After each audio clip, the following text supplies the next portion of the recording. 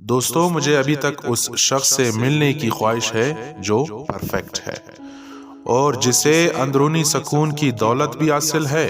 تکمیل کی ضرورت اور اندرونی سکون کی خواہش دو ایسی چیزیں ہیں جو ایک دوسرے سے متصادم ہیں۔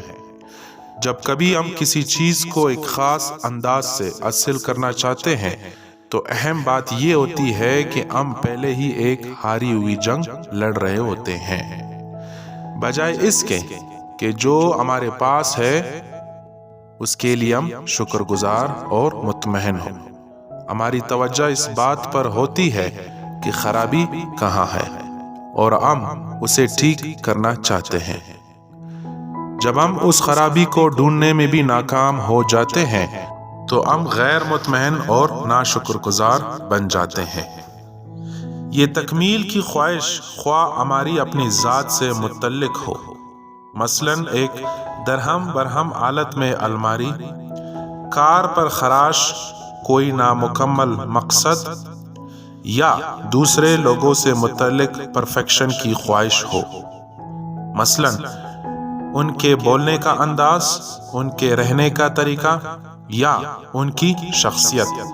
یہ ساری باتیں ہمیں اپنے مقصد یعنی زیادہ مہربان ہونے اور نفاست پسندی سے دور لے جاتی ہے۔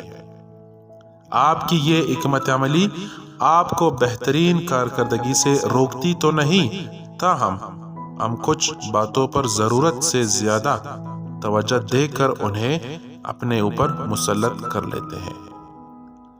ہمیں اس بات کا احساس کرنے کی ضرورت ہے کہ اگرچہ چیزوں کو بہتر بنانے کی ضرورت ہمیشہ ہی موجود رہتی ہے، لیکن چیزیں جیسی ہے انہیں ویسا قبول کرنا اور ان کو سراہنا بھی ضروری ہے۔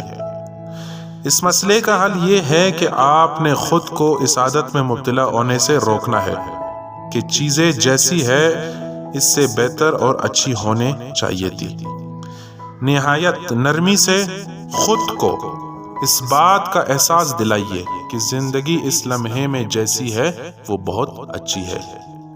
جب آپ فیصلہ نہیں کریں گے تو ہر چیز بہت اچھی ہوگی۔ جب آپ زندگی کے ہر شعبے سے تکمیل کی خواہش کو ختم کرنا شروع کر دیتے ہیں تو آپ کی زندگی بذات خود تکمیل کا ایک نمونہ بن جاتی ہے۔